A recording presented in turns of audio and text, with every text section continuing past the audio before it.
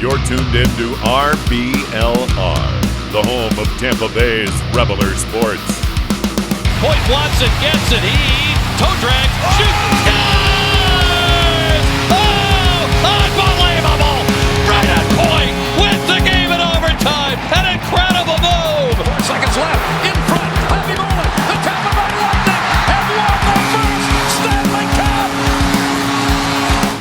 And the Tampa Bay Lightning have won the Stanley Cup.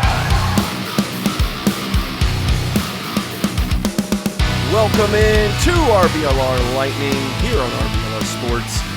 My name is Eureka, and with me tonight as we go through our little mid-series checkup, first let's introduce Jake Ricker, man. What's up, buddy?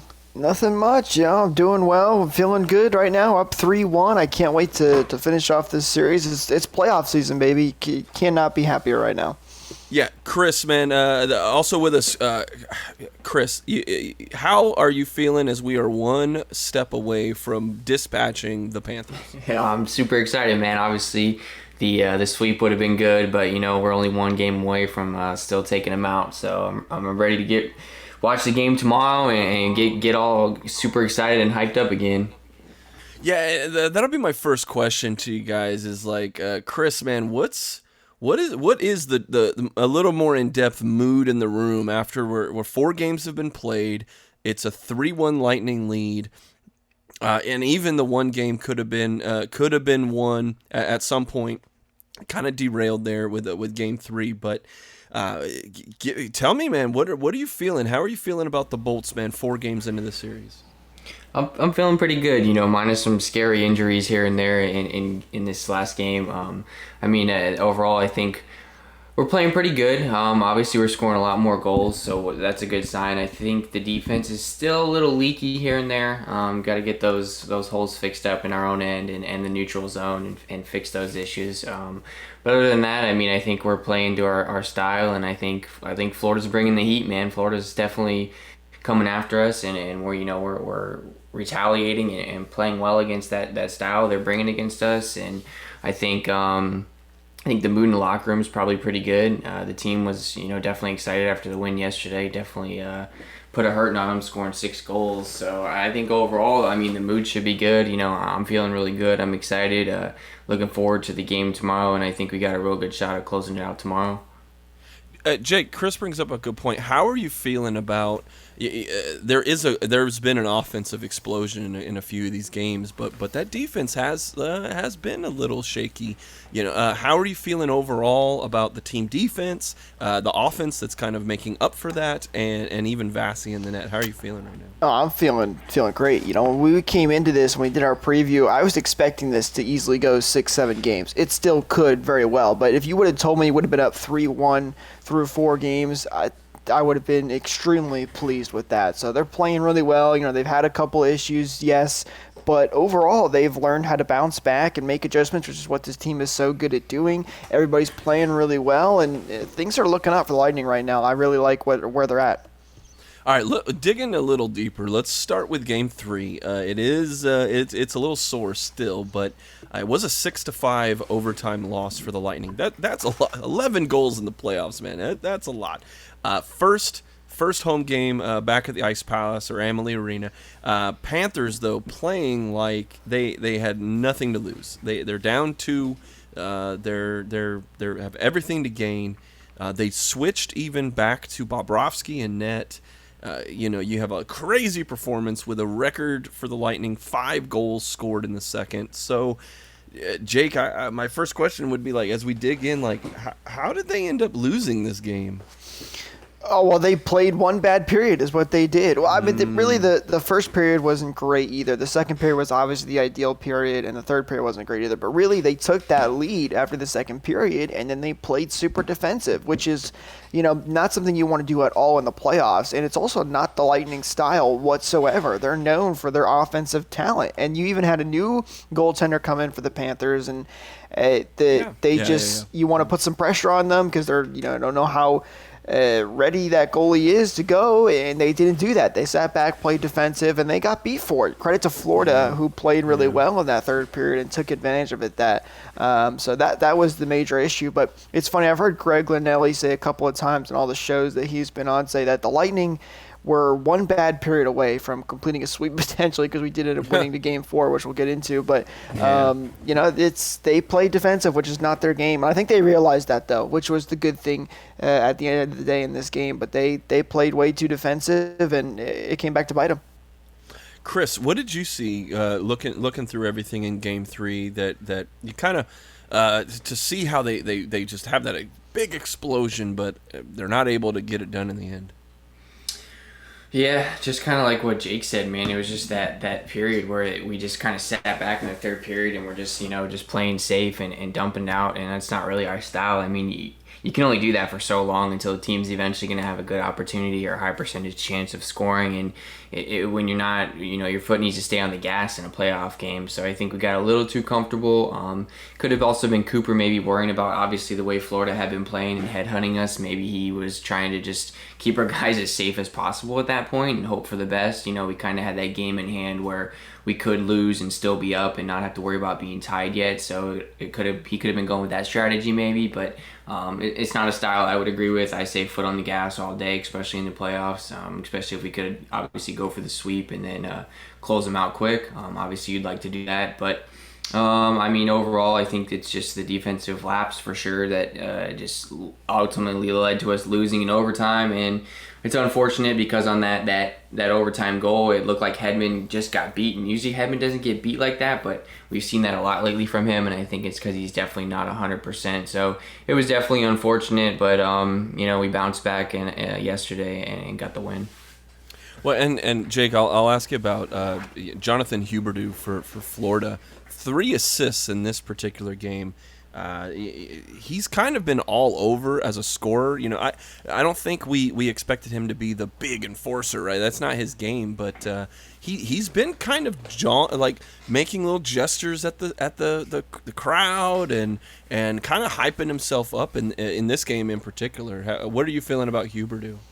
Hey, he's one of the top players for Florida, and he's played really well this series. He's just that type of guy. Florida likes to play that gritty kind of style where those guys will do that kind of stuff, and he's fit really well into that Florida system. He's had a couple of goals a couple of times in some of these games, and he's been a key aspect for them. They're going to need him going forward, especially coming into these last couple of games. So, it's going to be interesting to see how he continues to play. But he's been really good. You got to give credit where credit is due. So he's been good, and the Lightning will have to try to continue to make some adjustments to try and shut him down, not let them get any momentum. And because if there's one guy that can pick up some momentum for the Panthers, it's him. Yeah, and Chris, I'll bring up Anthony Cirelli, who got another goal here. It felt like the floodgates have finally broke free for him, and so in that second period, man, the young guns too, Ross Colton scoring. We talk about Braden Point, he scores on a power play. You're kind of getting outside of the Kucherov and the Stammers, although Stammer did score in that second period as well. You're starting to see some of these other guys, Cirelli being at top of the list, that are kind of getting back into the action and scoring goals when we need them. But unfortunately, was there anything that you saw, especially in that first or second period, from guys like Cirelli or Colton that was encouraging, even though we lost this game? Yeah, for sure. You definitely want to see guys like Cirelli finally get out of that slump, because you could tell it was like a breath of fresh air for him. He'd been trying, and we talked about how many posts he was going to hit till he finally got a goal in there. So I think it definitely takes the pressure off you. It's like almost when you're playing baseball and you're on a 19-game hitless streak, or you haven't got a hit in 87 at bats, and you finally get that hit. So I think it definitely takes the pressure off him. He's definitely relieved. He's a great player. He hustles hard. He plays really well on the power play. A penalty kill. So I think overall it was just a confidence booster for him. And then Colton's been the surprise this year, and that was a heck of a shot from him on his goal, man. I didn't see that coming at all. So definitely shows the skill that Colton has, and I think Colton definitely needs to be on the ice more. And I'm hoping he gets more ice time, because Colton can play, man. He's created some really good opportunities for us. He clearly has a really good shot. So I'd love to see Colton stay on the ice and get some more time. Yeah, I mean, overall, it's definitely a confidence booster for those guys to get going. And even though it was a loss, you got to take the positives with the loss. And Jake, I wanted to flip the question to you in a way of saying, they did win. The Panthers did win this game, and they were down by 3-5 at the end of the second period. So it's like, how is there anything that they were doing more so than just kind of the turtling up of Tampa Bay? Were there little things that you might be worried about going forward for the next couple games? Worried about, no. I do think they did a good job of keeping the offensive pressure on Tampa, especially when they noticed that they started to turtle a little bit. They did not kind of give up at any point. They didn't think. They just kept pushing and putting pressure on Vasilevsky, and eventually got some through. And they knew they could burn guys like Hedman and Ruda, who were stepping up on the play and who have been playing particularly well overall for the most part. They took advantage of those situations, but I don't think there's anything I'm worried about going forward from Florida's perspective, just because I know Tampa, and we saw in Game 4 how good they are at making adjustments, that they can make their adjustments that are needed, and then all of the things that Florida was doing right kind of just go away, to be honest with you. So that's the one thing. So Florida played a really good game in that game. They came back, made adjustments, won the game. But as long as the Lightning are playing their style in the game they want to play, they have shown in this series that it really doesn't even need to be close. Yeah, and nothing could be more evident of that than Game 4, where the Lightning turned it around very quickly. With a 6-2 thrashing of Florida, taking that 3-1 series lead. We are one win away. In this one, I guess my overall story is kind of a tale of two games. There was the beatdown up until the midway point in the second period. They had the Lightning had 5 goals, 7 minutes into the second period, and then unfortunately, it kind of derailed from a regular hockey, even a playoff game, where we have the literal beating up of people. Florida and Tampa both end up with 13 penalties each. It's just each. Not. Game. Then the last game there was 14 total. Okay, in game 3 there were 14. Sorry, penalty minutes. 14 penalty minutes total. But game 4, 13 penalties assessed. 4-on-4s, 5-on-3s. It's like it was a madhouse, and I guess I'll throw it to Chris first, man. Like, what do you make out of this game? If you just look at the scoreboard, 6-2, wow, great, but that doesn't really tell the whole story of this game, does it? No, it's just one of those games where definitely the Lightning came out firing, and we did what we do, and the offense took over. And you can't put up 6 goals, and you're probably going to win 98% of the time, I would say. That's going to be tough for a team to score 7 goals and outscore you. So the Lightning did what they needed to do, but it was definitely more on a personal level for Florida. I don't know if it's Quenneville, telling them to play like that, or if these guys are just going out there and just headhunting for the heck of it. But man, it definitely got dirty. I know there was a ton of bad calls and missed calls in that game, and the refs were letting a lot slide. So I think it definitely showed a lot that we hung in there. We didn't let Florida battle back. We kept the lead this time. We kept the foot on the gas. I think we learned, like Jake said, from Game 3, and stuck to our style. And like he said, when we stick to our style, man, we're probably the best team in hockey. Our offense is phenomenal when we play to our strengths, and you can see what we can do. Obviously, 6 goals from all different players. So minus Killorn, who had 2 goals. Everyone was getting in on the action, and Florida couldn't figure out what to do with their goalies. We're definitely in their heads for sure as far as the goalie situation goes. I don't think we're fearful of Bob right now, and I don't think we're fearful of Dreger either. So obviously, it was just one of those crazy games, but it was a good crazy because we put up 6 goals. Jake, what overall thoughts about kind of the am I wrong with the kind of tale of two games? Like, where would you say this kind of started, and where did it finish?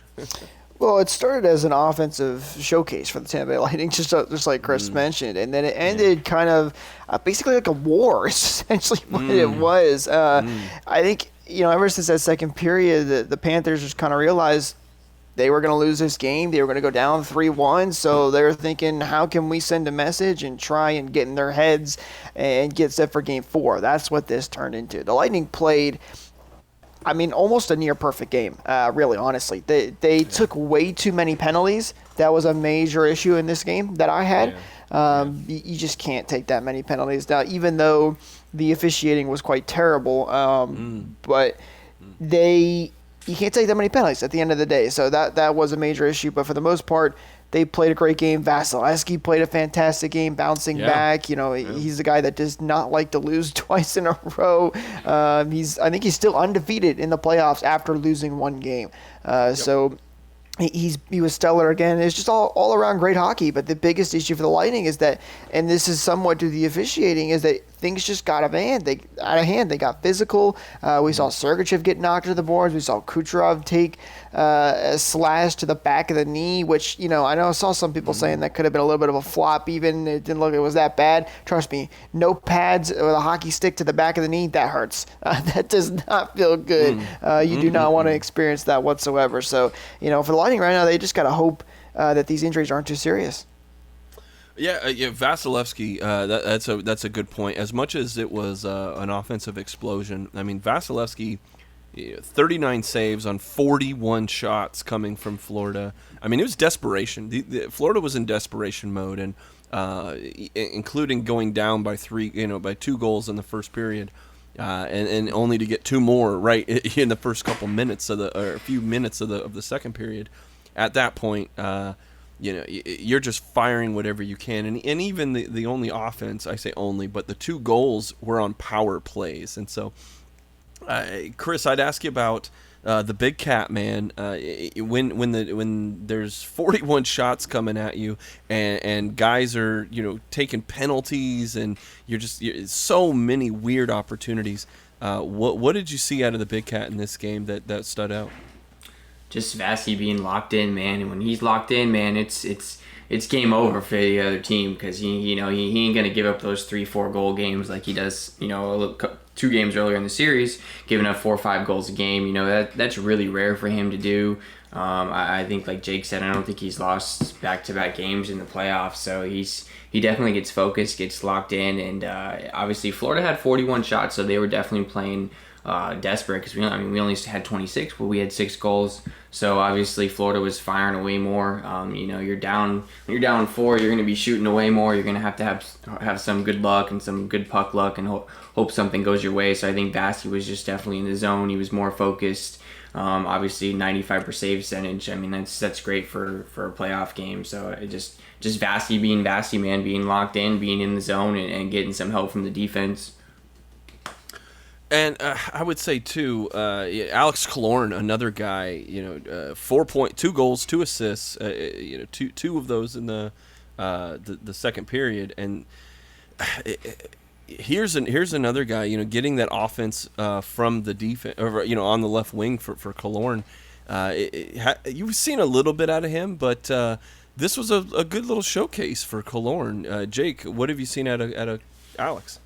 I've seen there's multiple Alex Killorns that exist in the universe. There's Alex Killorn, and then there's playoff Alex Killorn. And playoff Alex Killorn has shown up. He is ready to go, and he's playing really well. He's got a really good net front presence.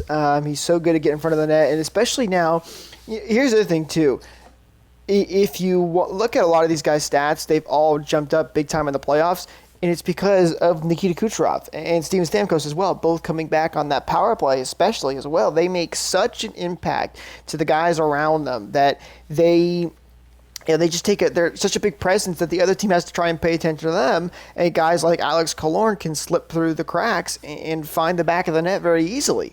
So that's been a huge help for him as well. But to his credit, he's capitalized on the chances that he's been given, and he's playing great. So you'll love to see that. That's what it takes for teams to win a Stanley Cup. Is it takes guys to get hot at the right time, and that's happening with Alex Killorn right now. All right, Chris. This game being a Lightning win, I think it's a little more apropos to ask you who your 3 stars of the game were. So I'll start with number 3. I got to go with Vasilevsky. Obviously, 39 saves on 41 shots. So I mean, hats off to Vasi. Like I said, he showed up in a big game, big time, had some big saves. My number 2 star, I got to give it to Kucherov. Goal, 3 assists. Another 4-point night for him. Great game from him. And then my number 1 star, obviously, it's got to be Alex Killorn. Like Jake said, playoff Alex. It's definitely a dangerous Killorn when he's out there and in playoff mode, as we've seen in the past. So 2 goals, 2 assists from him. Great game, good net front presence, and overall just a really good effort from the entire team. Honestly, I could give all 3 stars to the entire team, but got to go with Vasi, Kuch, and then Killorn. Yeah, Jake, same question, man. 3 stars of the game for you, buddy. Well, Chris, I don't know. Did you steal my 3 stars list before we started this recording? Probably. I'm Probably. kidding. But I mean, I would almost give the exact same 3 stars because truly those guys were great. And just as Chris said, you could give a star to just about anybody in this game for the Lightning because everybody played so well. But it was just a great all around game from the Bolts. But yeah, Kucherov, Vasi, and Killorn, I think were all the biggest standouts. Eric Chernak had a really good game as well, even Steven Stamkos. So if you wanted to go something different there, I think both of them could potentially be deserving of a 3rd star as well. And I would say before we move on, has there been, Jake, anybody kind of unexpectedly having I know this is a very deep team, and like everybody on this team is very, very good, but has there been through 4 games kind of a series kind of standout that you didn't expect to see on the score sheet? Yeah, that's a good question. I mean, you mentioned it. We had so many deep team players that there's not many guys you almost expect not to have a good series. Right. But Right. I would give credit to maybe a guy like Ross Colton, who is only played in a few playoff games now. This first time in his career, and he's got a goal, which was awesome to see him getting the board. That's one guy you're not expecting much from because he's the young rookie in these playoffs. Tyler Johnson's played pretty well, I think, for most of the playoffs, which is really good to see. Kind of playoff Johnson, just like you're talking about with playoff Killorn. Playoff Johnson's shown up a little bit. A lot of people I know are not high on him, so it's been good to see him play well for the most part. And the last guy I'll give credit to that you might expect this guy to do really well, and he has done for a large part of the regular season, but he has just been, that much better even in the playoffs, and that's Ryan McDonough. He's really stepped up in these playoffs, especially when you're having a guy like Victor Hedman who, has definitely not played his best season. He's played really, really good. He's still Victor Hedman, still one of the best defensemen in the NHL, but Ryan McDonough, a lot of people are comparing this Ryan McDonough to the 2014 Ryan McDonough. So he's played really, really well. He's been really physical. He's been, in on offensive chances and playing good defense. So a lot of credit goes to him as well. I guess I didn't want to go this dark, but I did want to talk about the injuries to Nikita Kucherov and even Sergachev. I don't know if we have an actual tangible update for a while, but Chris, I guess thinking more, we haven't seen Kucherov all year, and then he's 4 games in, and now he's laying on the ice, and we're kind of an uncertain future with him. But even Sergachev might be a huge injury if that comes out a little more negative than we're thinking. What do you think the Bolts will be able to do if they're losing Nikita Kucherov or Sergachev for an extended period of time? It's definitely going to be tough. Obviously, you don't want to lose those 2. In my opinion, if I had to choose, I think I'd rather have Sergachev more than Kuch at the moment. And the only reason I say that is because I think the defense has been a little weak. We've proved we can win without Kucherov. I'd rather not have to have another defenseman come in for Sergachev who has had some bad games. He's gotten drawn into a lot of dumb stuff just from what Florida's doing to him. But I'd rather have Sergachev in there personally. If anyone's going to be out, if Kucherov's out, I think, like I said, I think we can win without him. We've proven we can win without him. I think the defense is already kind of a liability at this point until they can prove that they can play a little more consistent. I'd definitely rather have Sergachev in there. It's going to be a tough call if they're both out. That's going to be definitely going to be rough. I was watching yesterday, and they were saying how when Cooch got slashed, that sometimes that area can just go numb, and you might not be able to feel it, so it might not look as serious as it is. It's just that tender part back there where you have no padding. So, I think Jake said, some people are saying that they think Kucherov's going to be back. I'm not sure about Sergachev. It didn't look good, the way he was hunched over and the way his back hit the boards. That could always be definitely a serious injury. So I'm hoping for the best, but definitely going to miss either one of them if they are out for an extended period of time. Is there a player that you're looking to kind of maybe fill the void for Sergachev, or is it just kind of bad options that you're looking at? Yeah, I guess it's got to be Luke Shen getting more time, and I definitely don't want to say that. So I just don't like Luke Shen. It's great that he's out there, laying down the wall sometimes, standing up for his guys, but I'd definitely rather have Sergachev in there over Luke Shen. It's going to be a tough call, obviously. Missing him is going to be huge, and it's going to be really hard to replace him, but I guess maybe Luke Shen would get some increased time, I would think.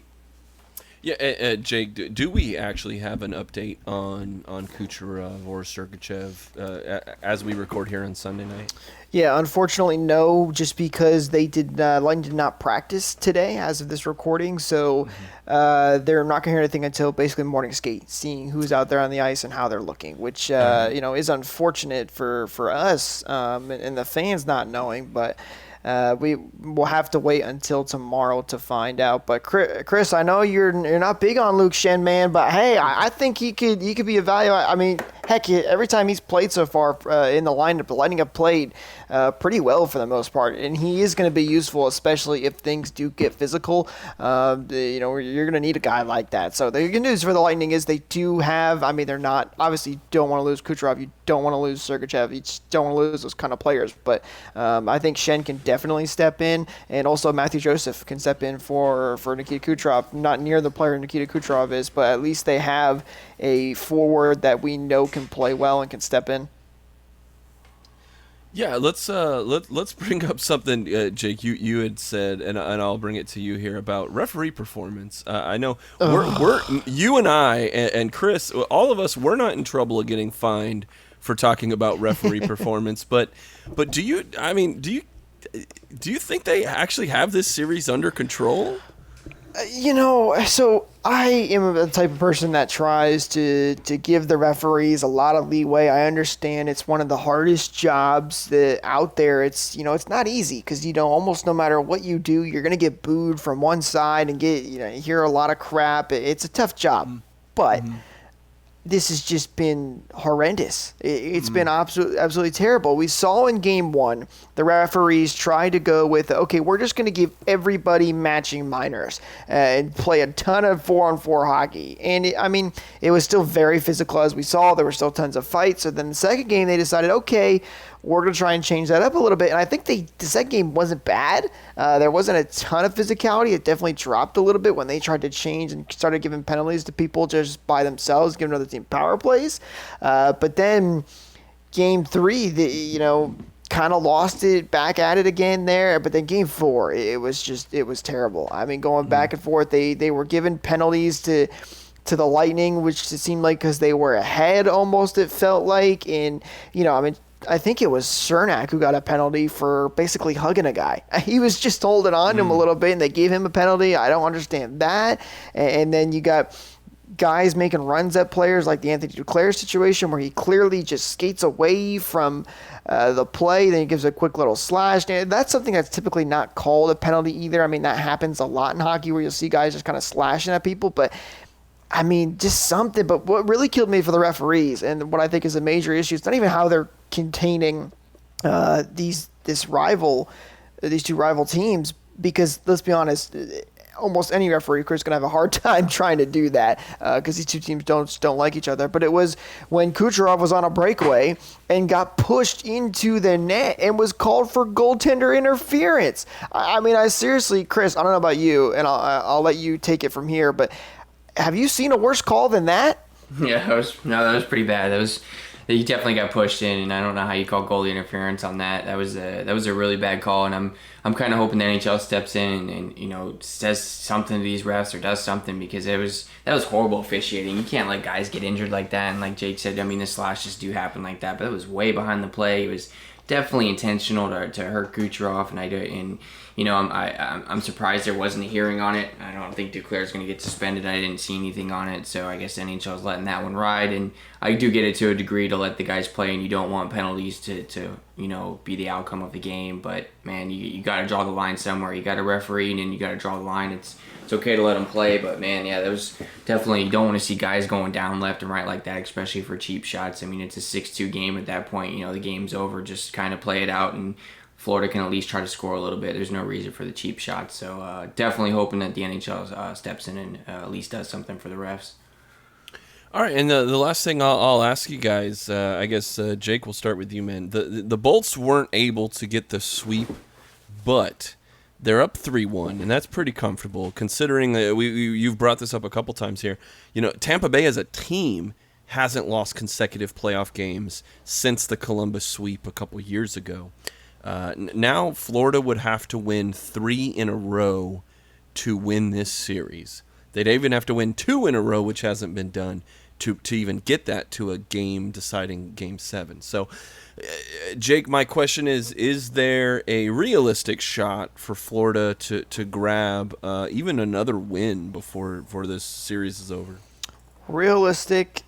I don't think so. Possible? Yes, absolutely. Anything can happen. Teams can come back down from 3-0, 3-1. Doesn't matter. There's always a chance, especially a team like Florida, because Florida is a good team, and I want to give them credit. But if the Lightning even remotely play at least like 75% of what their game is, and they don't pull what they did in Game 3 and kind of play defensive, I just don't see Florida coming back and beating them, especially with guys like Nikita Kucherov and Steven Stamkos. Those guys make such a... Now, Kucherov could be out for this next game, which could give the Panthers a good chance to win game number 5. But even if the Panthers win game 5, we talked about how good the Lightning are after losses. Then what do you do? And you're back at home if you're Tampa Bay. So, listen, Tampa's got Florida on the ropes. They're in a really good situation right now to try and close this out, and I think they do it in 5 or 6. I'm hoping 5, but, it's definitely a possibility that it could happen at 6. Yeah, Chris, man, is there a shot? I mean, I know Florida's at home in front of even more of a capacity crowd. Is there a shot they win 1 or maybe even 2 more games this series? Oh yeah, there's definitely always a chance. It's still a 7-game series, so Florida's still got a chance. Obviously, they can't lose another one, or they're going golfing. So I think obviously everybody has a chance. Absolutely, Florida's got a good team. They've played us pretty well. I mean, I think if Florida would focus on actually playing the game instead of just trying to take us out of the game, I think Florida would probably be in a lot better position than they are. They're almost like shooting themselves in the foot, because I'm not taking anything away from them at all. I think they're a great team, and obviously I think we're a better team personally, but I think the games could be a lot closer if Florida would focus more on playing their game instead of just trying to take out our guys. So absolutely, there's definitely a chance they could win a couple games, but I think it's over tomorrow. I think even if Kuch is out or Sergachev's out, I think we get it done tomorrow, and I think we'll be moving on to the next round. Yeah, Jake, actually, I'll have one more follow-up. Chris brought up a good point. Outside of the dirtiness and the cheap shots and things like that, they have played us. When it's been a good competitive match, it's been like really good hockey to watch when they're both scoring and they're both moving the puck well.